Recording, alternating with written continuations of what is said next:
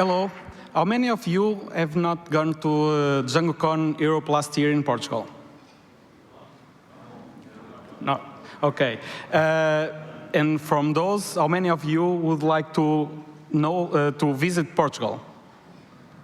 OK, so you have a really nice chance.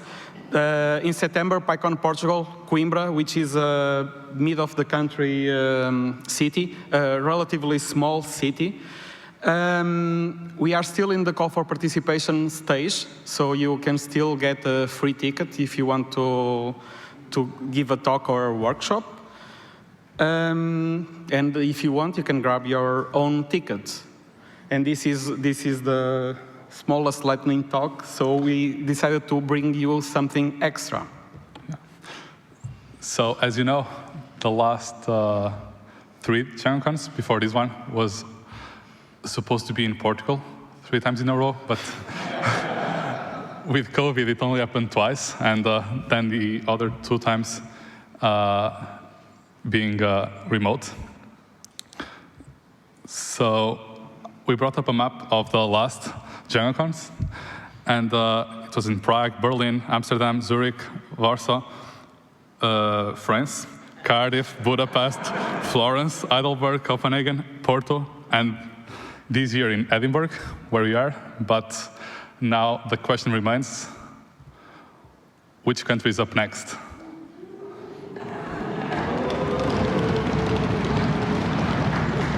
So the next DjangoCon Europe will be in Spain.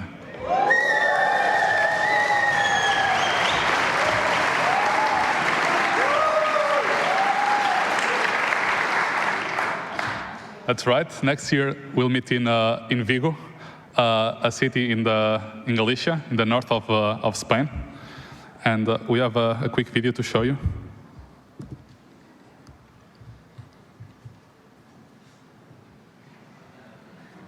Uh-oh.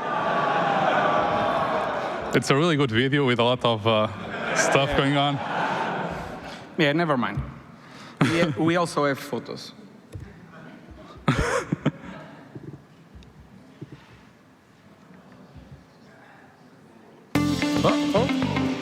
¿Sabes cuál es sin duda el mejor destino para viajar? ¿Quieres conocer un lugar único? ¿Buscas algo fascinante que te sorprenda? Descubre la ciudad que se ilumina en todos los mapas porque es inigualable en el mundo. Vigo es el mundo en la ciudad.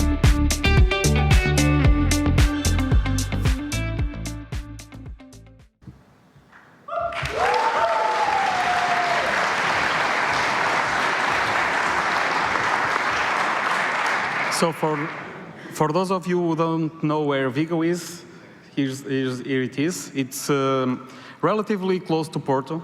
You may wonder why. And I will give you an extra idea of the city.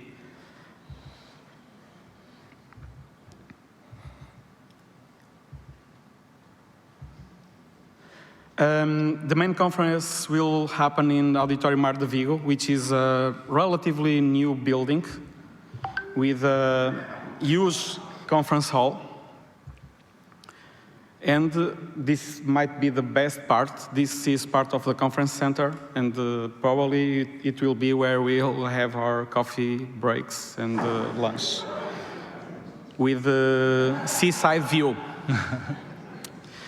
But not all is good. We only applied because we felt that there wasn't any other team applying to organize DjangoCon 2024.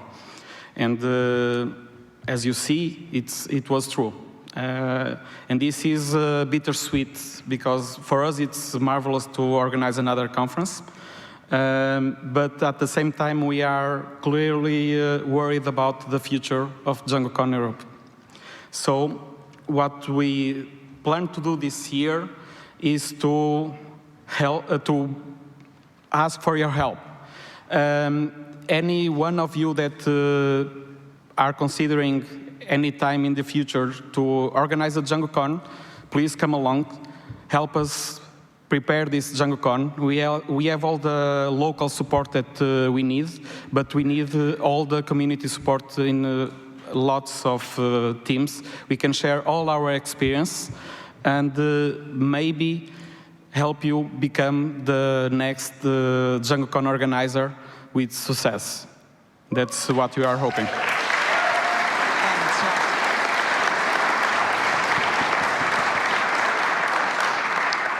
Do you need a lightning talk MC? Sorry? Do you need a lightning talk MC? No. We are in the end. We already have the general email and the general site. No, not much information, but we have already started.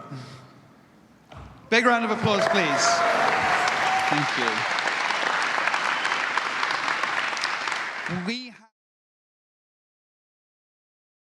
Take it away. Yeah, hello, I'm Fabian, the Django CMS fellow. A slight contrast, talking something more technical. I'll be flushing code. Don't worry, you don't have to read it. I'm not going to explain it, but if you want to talk about it tomorrow at the sprint, you are happily invited. Short background, Django CMS is an enterprise-grade content management system, and what happens there is many editors work on a web page. And sometimes they do not talk to each other. So someday someone finds his content is gone or changed or whatever. But why and where has it gone? So as a programmer, there's a simple solution. I'd use, for example, Git. And there I know exactly who has done what in the series of commits, where were they branched, when were they leaded together. That's something we thought we'd need for our pages, code snippets, images, blog posts, but maybe any other model you have, maybe moths you're monitoring, whatever. So how could we get this done? And so with the upcoming new version of Django CMS 4, we introduced a new design pattern, and this is just an example. If you had a blog post, you might have had collected all your data in one model. We would like to change the structure of this and say, okay, that's a blog post, and then we separate out the content, which we can then version so that we can understand what has happened between those versions. And that's really easy to do. That's you have a post model, and then you change that to two models. It's not much to change. It's something. We call it the group content pattern, but it helps a lot, because to that we can adjust a version. That can contain all the data we need. Who's done it? When has he done it? What state is it in? And where did it fork from? So what's the source of the data? And again, I invite you to look at it or talk to us about it tomorrow. And now, for any model, may it be page HTML content, or may it be moths in Belgium, you can have a nice list in your Django admin, which gives you all the versions that have been there ever, who's changed them, when. You can do anything you like publish them, revert them, archive them. Very nice. And you can even do that visually. So if you have actual content, you can see what has changed on the site, or maybe even the HTML code if you're more like the coder to it. Yeah, that's something I wanted to introduce to you really quick. I hope I'm in time. I'd love to talk to you about that. See you tomorrow.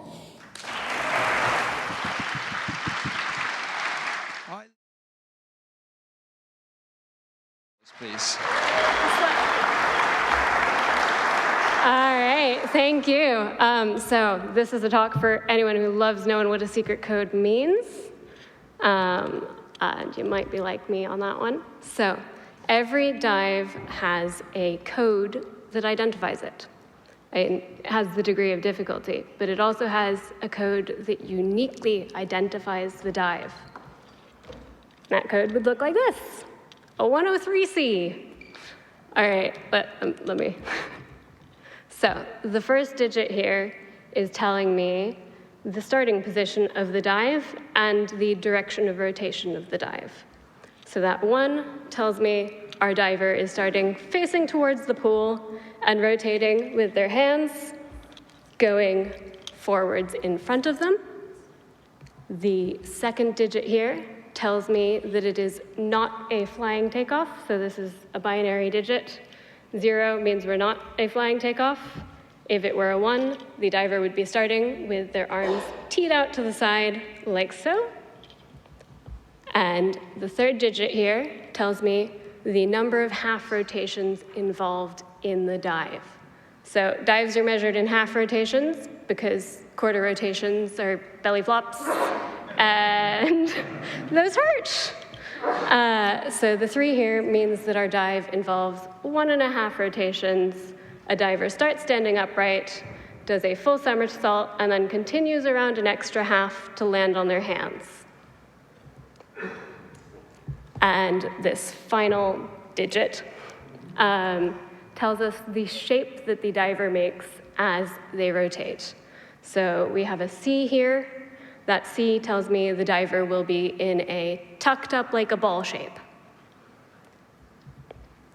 But what happens when we run out of digits here? We need something extra encoded. Well, we invent dive Unicode. Like this. So any dive that starts with the number 5 is a twisting dive. So you may have recalled from my previous 3-digit and a letter example, there was no twists in that dive. This dive starts with a 5, there will be twists. Our second digit is now like that first digit telling us the starting position and rotation of the diver. 2 means that the dive starts facing away from the pool and continues rotating hands behind towards the pool. The flying does not happen in twisting dives, so we have dropped that digit completely, which means our third digit is now the number of half rotations in the dive. So this diver's doing a half a rotation. And our final digit is how many half twists they're doing. So this dive involves 1 half twist, so they fall backward, do a half rotation and a half twist, and land in the water on their hands. Great, just like Unicode. I mean, not really. But these codes weren't even created for talking with computers. They were created so that an international panel of judges who all speak different languages could all know what the dive they're about to see is. They could all know that a double gainer is the same thing as a reverse double somersault, which is a 304. Yeah. And then look up the degree of difficulty. So all of this encoding is to enable communication. And I bet you can think of some of the encodings that you see out there in your regular life that are also to enable communication, just like that. All right, thank you.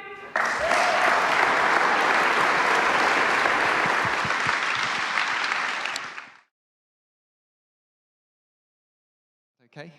Yeah. So I'm Hana. Oh, there we go. I work for Octopus, and yeah, I want to talk to you really quickly about typing. Who in there use type-ins in their code every day? That's less than I expected, but who thinks that it's really frustrating? There are a few. And yeah, sometimes MyPy is not happy. And this is an example of what can happen. I saw something really similar in production code. So you have a code that works, but then this happens. MyPy say, yeah, but that don't work. That's not the correct types. And then you are frustrating. You need to fix things fast. So you just say, yeah, MyPy wants a list. I will give it a list. Don't do this, please. Please try to find why it say it wants really a list. Because maybe what you have inside is a function that just count values and that is just using an iterator. And in this case, what you can do is instead of using the list type int, just use iterable. And this way, that means that anything that you can iter in will work, and MyPy will be happy. And basically, that's how I rule, how I will use my type-ins. If it's a function parameter, I try to put the type that is the less restrictive. And if it's what the function returns, I do the most restrictive. So here are some examples that you have from that's in the standard library, collection.abc. That's in collection.abc. You have the QR code to the Python documentation with all these needs collections that will help you avoid MyPy issues. And well, that's good. That's not always collections that cause issues. So we have other tools in Python for this, like protocols. Protocols were introduced in Python 3.9. And basically, that's a class you can declare anywhere. You just say what your class has. Like this one, it's a class that has a function that is called parser, that get string input. And you can use this, and it will work. MyPy will be happy with any object that you pass to your function that just have a method that's called parser. So this will also help you make MyPy happy. And because I want to look a bit at the future, in Python 3.12, there are a lot of type improvement. And the one that I find really interesting is this one. Now, when you are doing general types, you can just extend them a bit more, doing I want a type that will derive from iterable. And that will just avoid creating generic types and derivatives. So yeah, that's about it for how I would try to make MyPy happy and type-ins less frustrating in Python. So if you want the slides, they are here.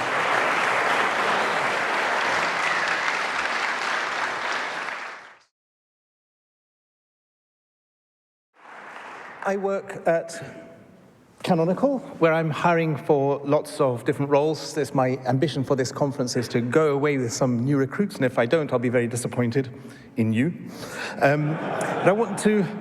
It means I've spoken to many dozens, if not hundreds, of candidates and interviewed them. And in all the interviews, I tell them that they can ask me questions, and I will answer them all very candidly and truthfully. And the question I've been asked many, many times is it a nice place to work? Now, you've heard this advice, I'm sure, that it costs you absolutely nothing to be nice. And it's a true sentence. And do you know why that sentence is true? It's because being nice is absolutely worthless. That's why it costs you nothing. It's a gift without any value whatsoever.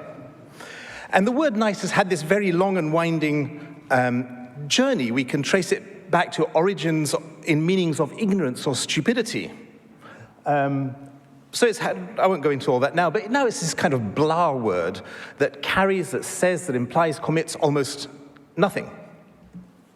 It's everywhere, and it governs us still. It's a weak and ineffectual ruler that we can't get rid of. So only sadists want to hurt people, but all of us sometimes must do things that are going to hurt someone else, that are going to cause pain and distress, like the doctor who has to deliver bad news, the teacher who has to tell a student something that's not going to be nice to hear, the partner who has to say something that's going to hurt because that's the truth, or the colleague who has to say something about your performance. There is no nice way to do these things, so we tend to put them off and do them badly because we don't want to hurt people. But our reluctance to do them further harms the person that we didn't want to hurt, because, for example, we deny them of the opportunity to take the appropriate action. So never hurting people, always being nice is impossible, but we can be kind. And kindness is actually what people are asking me about when they ask that question. It's what they want, because being kind is completely different from being nice. The good doctor, the teacher, the manager has to deliver bad news, make tough decisions, but can do it kindly with compassion, gentleness, and empathy. And they have to face up to the hurt and the fear and the distress of the other person. So being nice costs us nothing, but being kind can cost us a great deal. It hurts us to see somebody else's pain, especially when we are the ones maybe responsible for causing or delivering it. It takes courage to look straight at it. And saving people from every pain is impossible. It's an impossible hope, and being nice doesn't help them, but being kind does actually help them, because they get the truth, they get some comfort, and the kindness itself is an affirmation of value and humanity that we share. So I'm not saying it's bad to be nice, but someone who aspires to being nice is at risk of being a bad doctor, manager, or teacher, or a person to be in a relationship with, because those people are at risk of doing more harm because they wanted to avoid bringing pain. And maybe it's not so admirable to avoid the horror of somebody else's pain more than you attend to their actual needs. So nice has decayed into this vague sound of approval. Even blah seems to be a word with more clearly defined meaning. Maybe we could take nice back to another word, or maybe it's going to be swallowed up in this concept of the nice guy, which would be a nice and appropriate end for the word nice. But in the meantime, I do my best to avoid being or saying nice, because it's not a gift worth anything to anyone. It doesn't contain any kind of commitment or aspiration for them to live up to. Tell them that they're generous or warm or friendly or encouraging. That's something that somebody can keep with themselves, that you had to dig deeper even to give them. You give away more when you say it. So if you find yourself tempted to be nice, ask yourself whether you're really flinching from the cost of somebody else's pain. So when I'm asked that question, I can say truthfully, well, maybe not nice, but it is a whole lot of other things, and I value them much more. Thank you.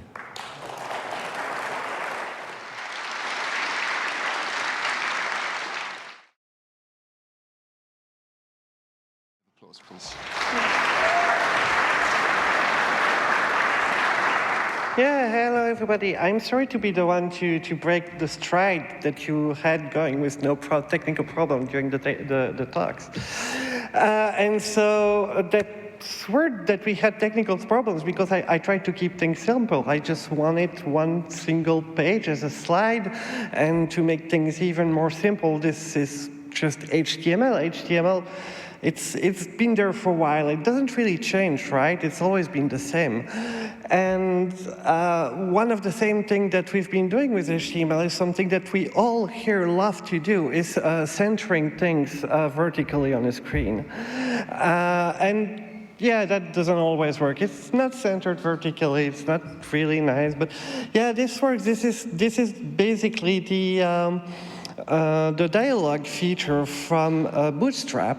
And if you don't want to write JS, but you do want to rely on JS, you can have this.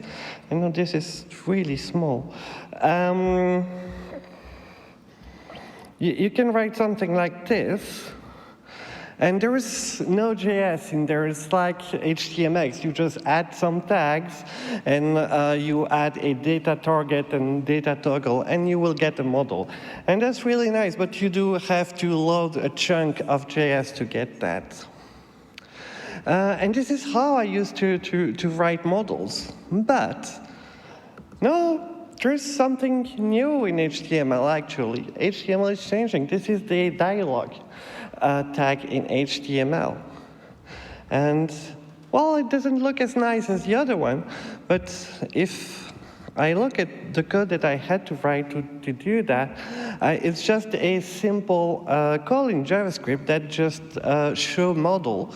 And this is now something standard in almost every browser, and you can show model and it will show a model, and I can inspect that. This is just a standard HTML tag. It's a dialog tag that will not show up unless it says it has the attribute open. And you can toggle that attribute open with JavaScript. Or you can just have inside inside that tag, you can have a button, a from in a button, and give a from method of dialog, and that will close the button. So that's nice. That's easy. That's just almost pure HTML, just a little bit of JavaScript. And if I don't want it to be a model, and I don't want it to be centered on the screen vertically, because nobody wants to center things vertically on the screen, I can just use show instead of show model, and it will be shown there. But yeah, it's a bit ugly, or it's not as pretty. It's a bit like alert. And in some sense, it is like alert, except that now you can put some HTML in your alerts. But if you want to, you can actually put some styling. And this is still, if I inspect this, this is still a dialog tag. Here, this is still HTML dialog tag, except now that since I have Bootstrap loaded on this web page, I applied some style to it. It's completely stylable. You can style the dialog itself, you can style the backdrop, you can style everything you want. And if you want to, you can even have things like forms inside of that, and you can get the output of the form, and you can retrieve data from that form. And since it's completely HTML, you just do get element by ID and things like that, and you can access that with pure JavaScript without having the need to go to things like jQuery. And I just wanted to tell you that you like cats, and I'm done. So.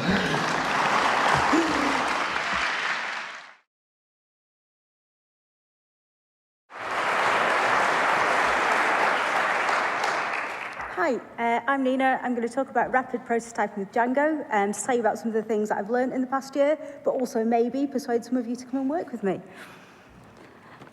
So who am I? So I'm from a team called I.AI, which is the incubator for automation and innovation in the Cabinet Office.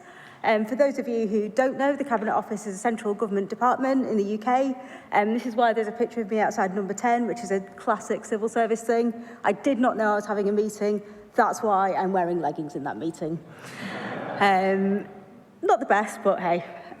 So we're a small team, about 10 of us, and it's mostly software developers.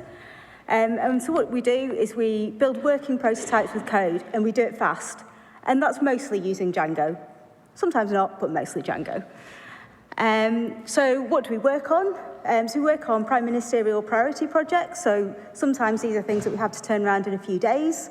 Or sometimes there's longer term projects. So for example, at the moment, we're working with the Department of Energy on an app which hopefully will go live this summer. We also work on internal projects to try and make the Cabinet Office, number 10, and the civil service more efficient generally via automation. And that can be a variety of things. And a lot of our code is available openly. Just see our GitHub.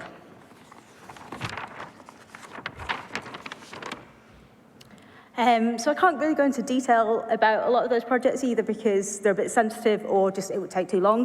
But this is a fun app we created for an event recently. So given a job title, it generates the skills required for that job. So this uses GPT-3 and DALL-E for the images. I did not plan for an AI-generated image to actually look creepily like me, but it does. And so we just did this as quite a fun little app, but it actually turned out to be very useful. It's being used across the civil service to help develop consistent job descriptions, because there's a whole variety of jobs out there.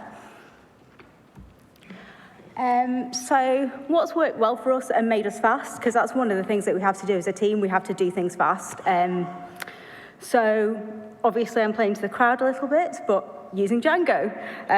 So like I say, we're prototyping directly in code. We don't always have designs, and we build and iterate. So we can produce production-ready code pretty fast because of sort of Django's inbuilt features like security features. It's easy to manage users and so on. And if you write good code, as we try to do as a team, it's quite easy to iterate and change it. Like we've built some apps, we've had them penetration tested, and they're ready to go. Another thing that's really useful, some of you who are UK-based might know about GDS, the Government Digital Service. They produce lots of designs and guidance, and there's a lot of research gone into those, so it's really useful to use those. We're a small team, makes it easy to communicate, although I have got a massive typo there in communication, which isn't great. We've also got developers who are happy to get involved in other tasks. Like I say, there's sort of 7 developers in a team of 10. So we get involved in sort of product management, user research. So it means we really understand the needs of the user, and it means we can develop stuff faster. Another thing, we work on a lot of projects we're invested in and interested in. Improved motivation goes a long way to like being more productive. I think that's something that people don't always realise. Everyone complains about the public sector, or public sector pay if you're a software developer, but actually there's lots of exciting things you can work on, and that's kind of why people stay. Another thing that you have to deal with in this team is being relaxed about changing priorities. Things change all the time in the Cabinet Office, ministers, prime ministers, you just kind of have to deal with that. But yeah, at least you can enjoy being in the centre of government. It's also very exciting. Another thing that's good is that we're happy to fail fast. For understandable reasons, the civil service is quite risk averse, but we try and learn what we can and move on, if needed. And also there's a big focus on learning in our team, so we've got people at all different levels. And it's important, I think, to build skills within the civil service. Any of you who know really about the public sector in the UK, a lot of work gets contracted out, so sorry to any of you working on lucrative government contracts, but hopefully we'll build these skills internally. If you're interested, that's how to find me, more details about the jobs that are available, or just come and chat to me if you're interested generally. Thank you. Thank you very much.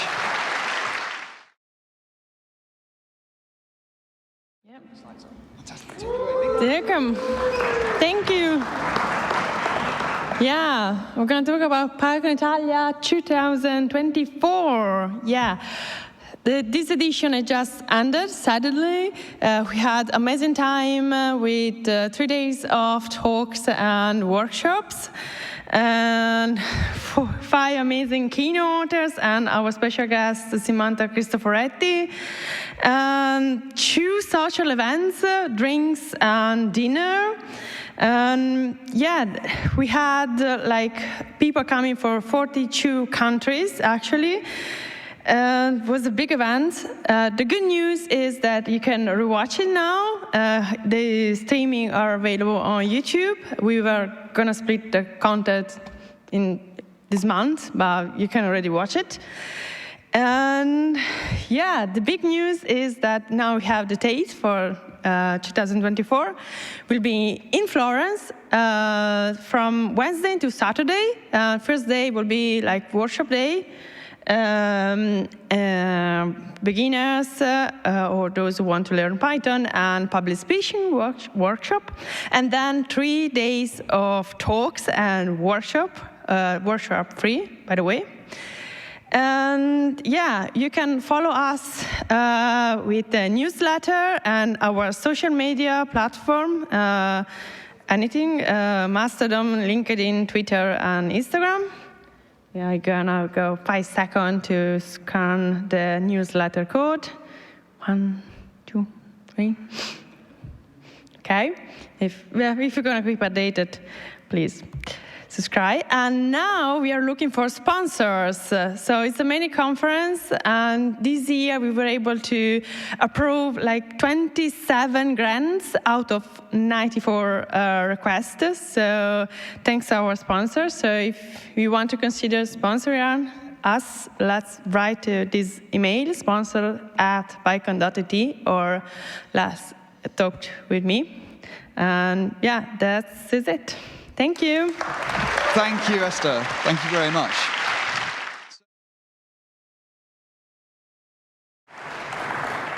Hi, I'm Laurence. I've been doing Python for a while, certainly long enough to know better than to do some of the stupid stuff that I'm doing in this talk.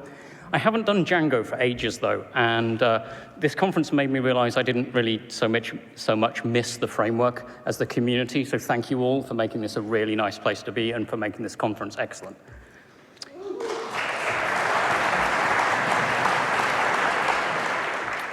You might have seen some other talks where people were saying that the use of super is considered harmful, or even super. In this talk, I'm going to consider it obligatory. I've not only stolen Mark's hairstyle, if you can call this a style, I've also stolen his talk format. He has a GitHub repo called Stupid Python Tricks, and it's open for contributions. This is the story of how I made a contribution to that. It started off innocently enough. My friend had had a really bad day. They had a very flaky test suite where, depending on what order they ran their tests in, different things would fail. But if they ran a single test to debug it, everything would be fine. So it turned out that the hole through the Swiss cheese of their bad day, where's Tim?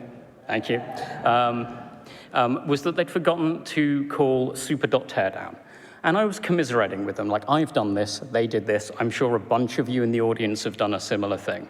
And I was just going, oh yeah, that sucks, it's a pain in the butt, but it's a thing that happens. Until my friend said, it would be great to have a built-in context manager that did this kind of thing automatically. I thought it would be good. It could even have a vaguely sensible public API where if you have a class that inherits from, don't mind what the magic wands are for a while. If you made a base class that had that and you inherited, you had a child class that inherited from that, you could just automatically call super on any method if you wanted. You could even make it run as an example, and it really does run, so you can see that we've actually called super afterwards, even though we don't explicitly call it in our definition. How is that haggis made? You probably don't want to see this. Don't do this in production. So it starts out not so stupidly. Like forgetting to do some cleanup is like a try except finally. And doing stuff with functions that take other functions is a decorator. So we just take a decorator that does try except finally, and then some magic happens. This so far is not too stupid. We're definitely in stupid town now. What you do in that finally is you basically pop the call stack, have her wander around in there, and ask if anyone else around there has your name. And if they don't, you just put the call stack back the way it was, and no one is any the wiser. However, if you pop the call stack and you go, hi, I'm Laurence. Are you Laurence? Are you Laurence? Are you Laurence? And you find someone called Laurence. This is gate crashing a party to which you would definitely not been invited. It breaks locality of definition, but it does work. If you go, hi, you're also called Laurence. I've got some arguments for you. Please call yourself with these arguments. You can do that. You have to work out the context where your callable was defined, which is fine. You don't have to do anything to... No, it is horrible to do that. So you go back traversing the inheritance tree, and you do literally wander around, working out if any of the callables there have your name. That doesn't get you all callables. You have to do some other stuff. Sometimes you have to do stuff with locals. There's some other edge cases, but I want to look at this code in particular. I am not currently clever enough to understand what this code does. I wrote it a few years ago. I'm sure it's fine, and we can merge it and use it in production, though it's fine. And it won't last for the 10 years mentioned in Sasha's talk. You may have noticed that I've been pulling a sleight of hand here. I've actually only taken us from the, oh, it's a pain in the ass when I forget to call super.teardown, to I've now taken us to, it's a pain in the ass when I forget to decorate my method, which is still a pain in the ass. It might be the other butt cheek, but it's still terrible. Fortunately, how am I doing for time? Metaclasses to the rescue. I was kind of hoping. No, yeah, I was hoping that Mark would interrupt me. You can find the answer by, yeah? Finish your sentence. Oh, no, not that. You just make a meta class that applies the decorator to every callable or anything else in the tree, and it's all fine. It's production ready. Let's merge it. Yeah, thank you very much, Laurence. Huge round of applause, my crazy friends. Please.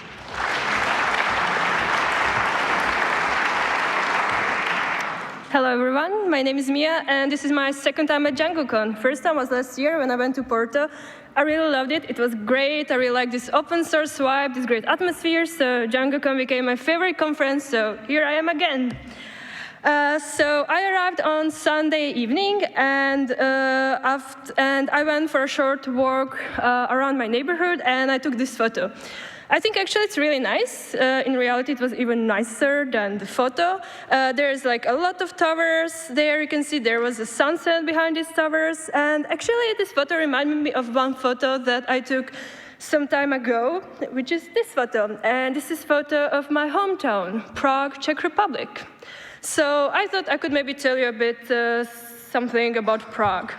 So what is also nice about Prague is that we have a lot of hills, same like in Edinburgh, and we have a lot of towers. Actually, Prague is a bit bigger, so there's around 1,000 of towers there. And as you can see, this is my favorite spot in Prague, totally recommend it. It is a nice park where you can watch the sunset behind the Prague Castle, which is the biggest and the nicest castle in the country. And there's a lot of pubs around, so you can just go there, grab a beer, you know, just sit, chill, and watch the sunset. Speaking of beer, I'm a huge fan of beer. I really love beer. So last night I went to some Scottish pub and just to taste some local beer. I really liked it. And if you like beer, actually, you would like Czech Republic because we are the biggest producer of beer in the world per capita. We are also the biggest consumer of beer in the world per capita, unfortunately. And this photo I especially like because this photo is from Prague Beer Fest, where I went with my friends from Python community. It was just a spontaneous event. Someone said like, hey, there is a beer festival in Prague, and we were like, hey, let's just go all together. So this is something really nice. We have a huge Python community. If you wonder why the glass is so small, it is just because it's for degustation. But if you order a proper beer, it looks like this. So there's also one interesting thing. So when I was on my way first day to the venue, I saw a guy playing on bagpipes. He played really well. It was really nice. And as probably all of you know, bagpipes are a traditional Scottish instrument. They're everywhere here. You could have probably seen it. What you probably don't know, and I didn't know it until recently, that the bagpipes are a thing in Czech Republic as well. If you wonder how come, I have no idea. I have never actually seen it, but I live in Prague. Apparently it's a thing more like in some villages and smaller places. And yesterday when I was Googling it, I found out that in Czech Republic, in Strakonice, which is some super small town in the middle of nowhere, there's an international bagpipe festival. And there are people from all over the who are going there, which is really interesting to see. So if the bagpipes are your things, then you could check out Czech Republic as well. So now we come to the last point, which is the best thing we have in common this year. So in Edinburgh this year, there's a great tech conference, DjangoCon. And in Prague, actually, it happens that we have 2 great conferences this year.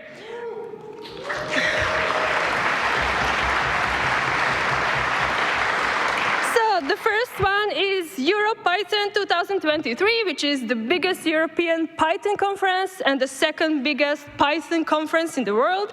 It will be held from 17th till 23rd of July, and you can look forward to 2 days of workshops, 3 days of talks, and 2 days of sprints. You can expect many interesting talks, you can expect many attendees, and also I would like to mention that Europython Society sponsors and supports many organizations in Europe, including DjangoCon. And in case you would like Prague and you would want to come again, or maybe you would like it so much that you would like to stay there for 2 more months, then we have also our local conference, PyconCZ, which will be held in September. Our call for proposal will open next week, so in case you would like to prepare a proposal, you're free to. We'll have 3 tracks, general one, PyData, and beginner track, which is great if you're a first-time speaker. So thank you very much for your attention, and I hope to see you all in Prague. Thank you, Mia.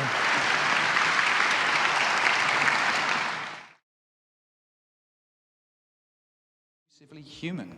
Yes, actually, this is about tractor jokes and how maybe AI jokes can replace this, because a few weeks ago, in one of our stand-ups, we have a product manager. He's a great guy, so funny.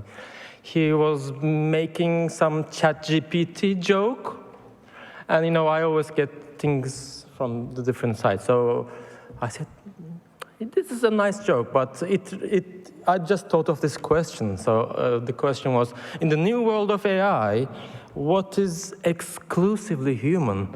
And it's what are the things that AI will be never able to achieve? That was my question to myself. So I just noted that down to ask you. And maybe some drum roll for the answer. There we go. I don't know. But it's good to ask, I think. And I invite all of you to ask this question to yourselves. But then, since I don't really have an answer, I have some candidates. I asked ChatGPT if ChatGPT has an answer, and it kind of produced something, but I think ChatGPT failed. It doesn't really understand the question. So I said, let's think about. And I just wanted to do this like a jazz musician. Maybe I could improvise here and you could shout out things. Feel free to do so. But my things that I learned from this conference are maybe imagination. AI will never be able to imagine things because they know things, right? And maybe also emotion or emotional vitamins. You know, this was part of the conference as well. You know, we feel things and we do things that way, and that's a strong part of how we do things and why we do things. Why does AI do things? Does it involve emotions? Maybe not. And yeah, maybe empathy. Sorry. This is frozen, sorry. Anyway, ChatGPT kind of interacted here. Yeah, thank you. This was my talk. Thank you, Ester.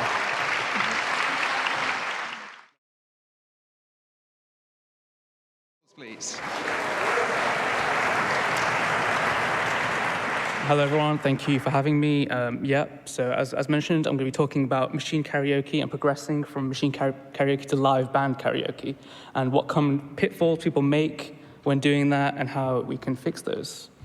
Obviously, a very important topic. So what is karaoke? Term originates from Japan. The whole concept originates from Japan. I think most people are somewhat familiar with it. You pick a song, you get a mic, sing along, and often, for me, you look a bit like an idiot, but it's all for good fun. It's often done in private booths, but sometimes at a public venue with a stage. So what's the difference between machine karaoke and live band karaoke? Machine karaoke is kind of stereotypical. It's the most common type, I assume. Most people are familiar with this one. It's quite an incredible feat of technology because it has song selection, lyric display, does all the AV, and you can have some very fancy setups for machine karaoke. Conversely, live band karaoke, it's a similar concept. You still pick a song, but the music is played by a live band, and you are the lead singer. The band knows a select number of songs, but it's usually about a couple hundred, actually, which is incredibly impressive for the band. So what gives me the right to talk about live band karaoke to yourselves? So I started with karaoke in 2019. That's a band with 2 ukulele players and some drums. Then moved on to rockayoke, which was more typical rock band instruments were used. And then on to live band karaoke PyCon, which is obviously a very famous company, where I experienced the darker side of live band karaoke. The last song, someone sang "Killing in the Name of" by Rage Against the Machine, and the performer jumped off the stage to crowd surf and landed on top of me, and I was not able to support his crowd surfing dreams. We both went right to the floor, but I was not discouraged.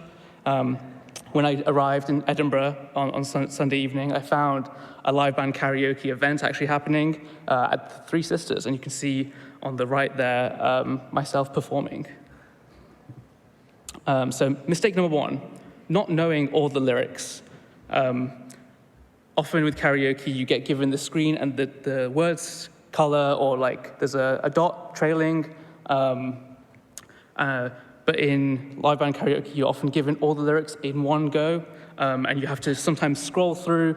It's a bit of a pain. Unfortunately, there's no technology yet that will hear what you're saying and kind of follow along with you. And yeah, if you keep looking at the screen, you tend to lose your place.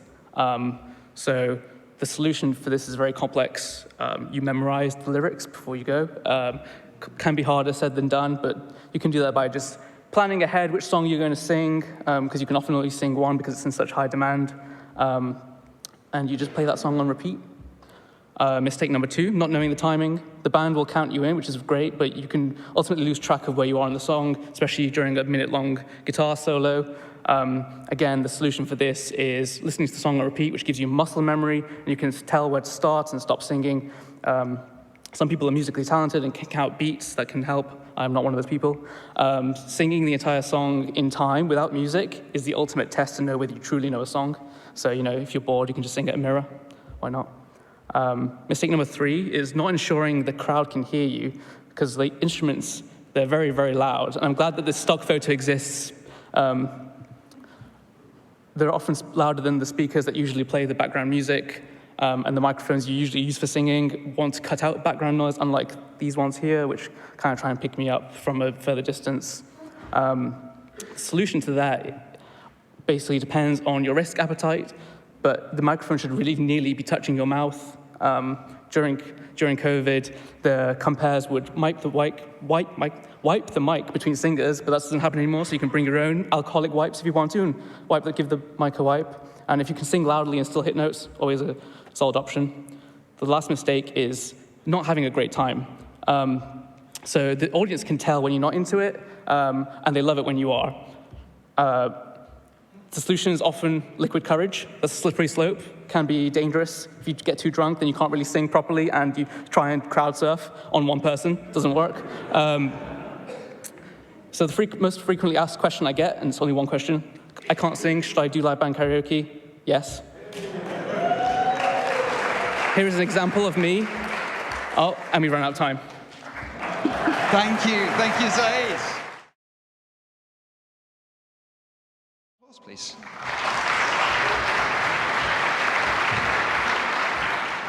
Hello. All right, so who has heard of the PSF? Good, okay. Who knows for sure they are a member of the PSF? Okay. Maybe of that smaller group. Who is sure they know all of the ways to be a member of the PSF?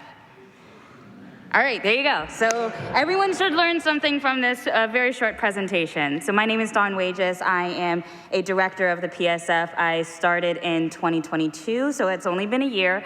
I have learned a lot. I am also a treasurer of the PSF, and I did not know I wanted to be the treasurer of the PSF when I ran to be a director of the PSF, but I raised my hand when opportunity called, and it ended up being a really, really great thing, and I'm gonna tell you a little bit more about this upcoming election season as well. If there's tons of links in here, so I would recommend, if you are interested at all, use the QR code, or all of these things have been found, I got from pyfound.python.org is our blog, or python.org. So who are on the PSF board from 2022 to 2023? We have the president, Guido van Rossum. Some of you may know this name. We have the chair, Thomas Wouters, vice chair-elect Deborah Azevedo. Vice chairs as well are Jeff Triplett and Nina Zakarenko. Jeff is someone very notable in the Django community as well. We have the executive director, Deb Nicholson, who is new. We had our previous executive director step down a few years ago, so Deb has been fantastic in the role, and we go from one amazing person to another amazing person. This signifies really interesting new chapters and ways that the PSF evolves.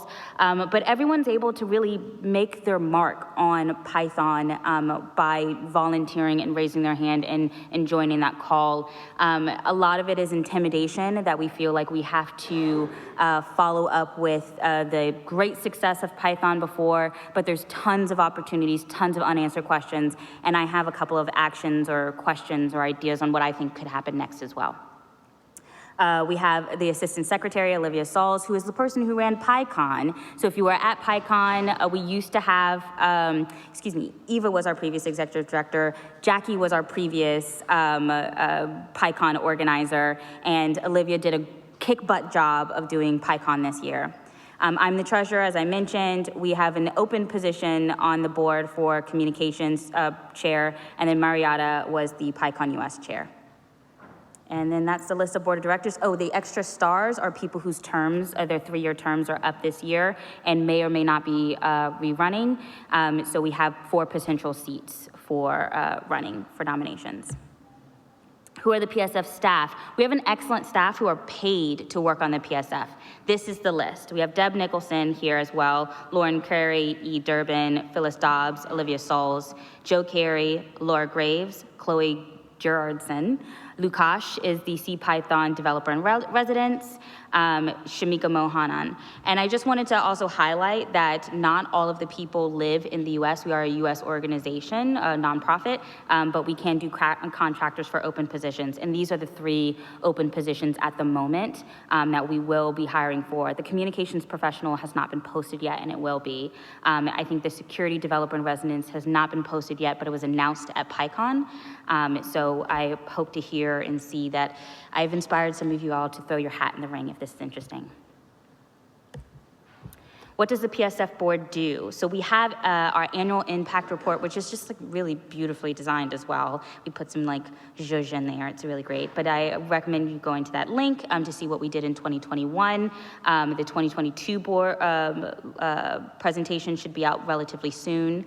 You can also check out our meeting minutes. We have them up until January, and I just pinged someone, we're gonna get the rest up soon. We're all a bunch of, all humans, so the board minutes are a little late this time around. But if you want to keep up with what we're doing, we release all of our board minutes. Okay, well, I got to zoom in. Here are some of the responsibilities. We have bi-monthly meetings, and we help with strategy. We want to make sure there's legal and ethical integrity. We are ambassador of the PSF. This is why I'm up here. These are all of the membership options. Basic membership, you do not get voting privileges, but it's still very important because we want to know what the denominator looks like. So if you do not have time or funds to give, still think of becoming a basic member and you're still a member of the PSF. A sustaining member, we have a new level of sustaining member where it has a sliding scale. So where $99 US dollars is too much, you can go as low as $25 US dollars, which opens a whole swath of people to be able to access voting privileges now. This is the first election where we have the sliding scale sustaining membership. So please look into that. We have managing or contributing members, so if you volunteer time or money up to about 5 hours a month, you must recertify each year. It is a little bit tricky to figure out whether or not you've recertified, and remember, you will have to divide your attentions between psf-members.org. It's on the link. I'm gonna have to rush through this. Also, if you're a PSF fellow, you have lifetime voting privileges. All right, the elections timeline. Please look at this. It starts June 1st. Nominations are until the 15th. We announced the candidates on the 16th. Voting is between the 20th and the 30th. It is the month of June. What do you need to be on the board? I think an interest in being a PSF advocate. We need energy and perspective to address international community. These are all my personal opinions on what I think the gaps will be as people leave and move forward. Okay, this is like really important. So let me, working groups, how we can do stuff for you, so sorry. Don't. Stop. Okay. Big round of applause, please.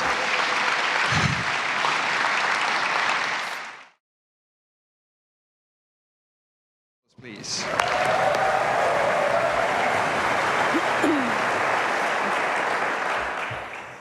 Haven't done this for a while, so bear with us. We did one in Heidelberg. My name is Cheryl, as Marcus said. Andrew's at the back there. Hi, Andrew, do you want to say hi?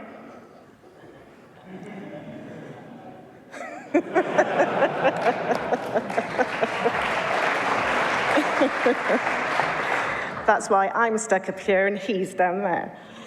Okay, trying to come up with a new subject for what we do, because I don't want to explain every time what I do and go into depth, because you would be having it every time we did a talk. So I thought, right, okay, AI, we've just been through COVID.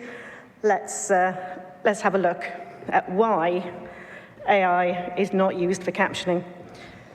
So let's go. So this is my keyboard, just a quick explanation. So that's the machine that both myself and Andrew have. And these are the letters. So you combine letters in chords to make the words. So the word cat would be K, A, and T.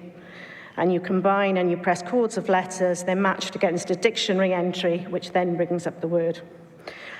Just a note, you might have noticed some faux pas along the way this week.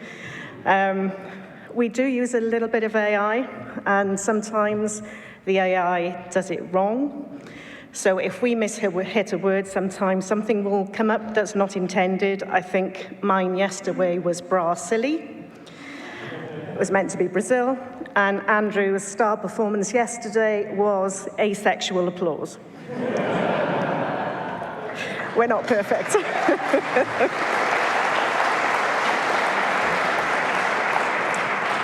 Okay, so this is just a quick clip of what we've provided in the past. So the top one is when I was in a big top in the middle of the field in England somewhere, doing a conference.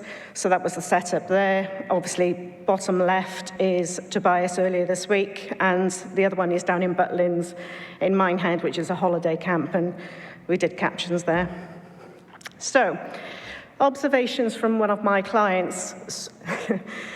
She uses AI only when she has to, and a lot of my deaf clients will only use it when they have to. So why? I'll put these up so you can read them.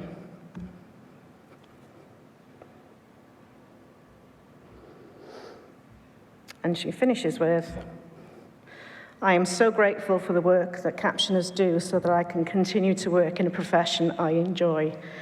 And it's really key for people who have got a hearing loss to have access to captions in the work that they do.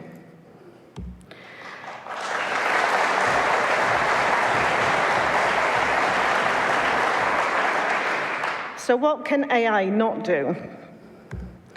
It can't include music and/or ad-lib lyrics. We get called in sometimes to do comedian captioning, which is very challenging.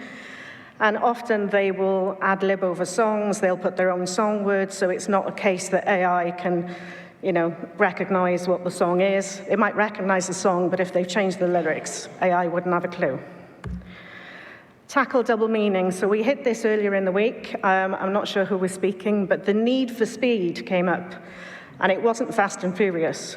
It was maybe Fast and Furious with a loaf of bread. So it was need with a K. So very often, if it's in technical language, the AI wouldn't have got that right. We tackle nuances. So very often, if somebody emphasizes a particular word, we could possibly put it in block capitals.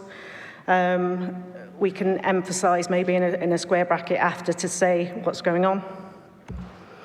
We can identify accents and language, and you may not think that that's very important, but we have a number of clients. And if somebody in a meeting has a very thick Italian accent or French accent, if a deaf client is trying to lip read them, the lip pattern with somebody who is not a native English speaker will be different. So very often our clients say, if there's any accents come up, can you actually tell me what the accent is? And that helps them. AI can't understand accents and dialects. Obviously, I just intimated that accents are a problem, but you can get some really great mistakes with AI, and it can change the whole meaning of a sentence if it doesn't understand. Accurately interpret speech patterns due to disability or injury. So there are people, various things, stammering, Tourette's, cerebral palsy, and sometimes our clients have quite a deaf voice. And I've watched AI on lots of Zoom calls, and when my client speaks, the AI Zoom captions, they don't pick up anything. Literally, it's just a blank because they have no clue. I understood her perfectly, or him. So this is something that AI just can't cope with. AI is unable to tailor vocabulary to specialized events, and DjangoCon is a perfect example. So when I started, and Daniele dragged us in the first year, and it was a bit of a baptism of fire. So we had words like whiskey, and it wasn't the whiskey to drink. It was the WSGI. We've had Engine X, which is not a very fast car. So it was, over the years, we've collected on our dictionary, we've collected words, and it makes our life a lot easier now. So, this is the real problem, gestures. So if AI was doing this now, it wouldn't do anything. It's a bunch of people laughing at a GIF. But AI cannot do gestures. And I'd just like to say, to give this example, and I hope not to offend anybody, but I was on a call 2 weeks ago, and my client was talking about regional differences in dialects in regards to sign language. So I live in Wales, and the sign language for holiday is this. So it's as if you're waving a flag.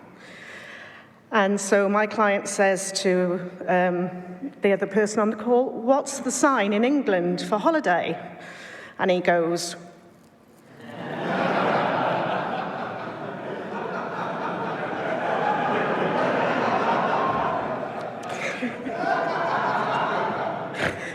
So my client stopped, and he smiled, and he said, "Can you repeat that?"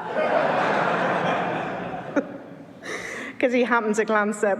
But this is something that AI does not cover. But honestly, that is the sign in England for holiday.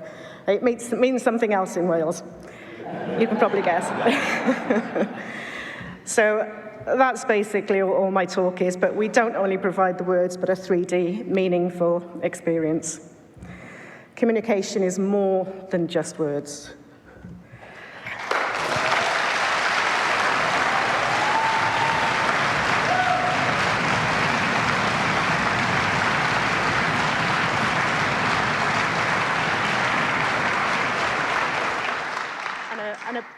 A big thank you to DjangoCon for actually pulling us in to make your conference accessible. Thank you. Fantastic. Thank you, Cheryl.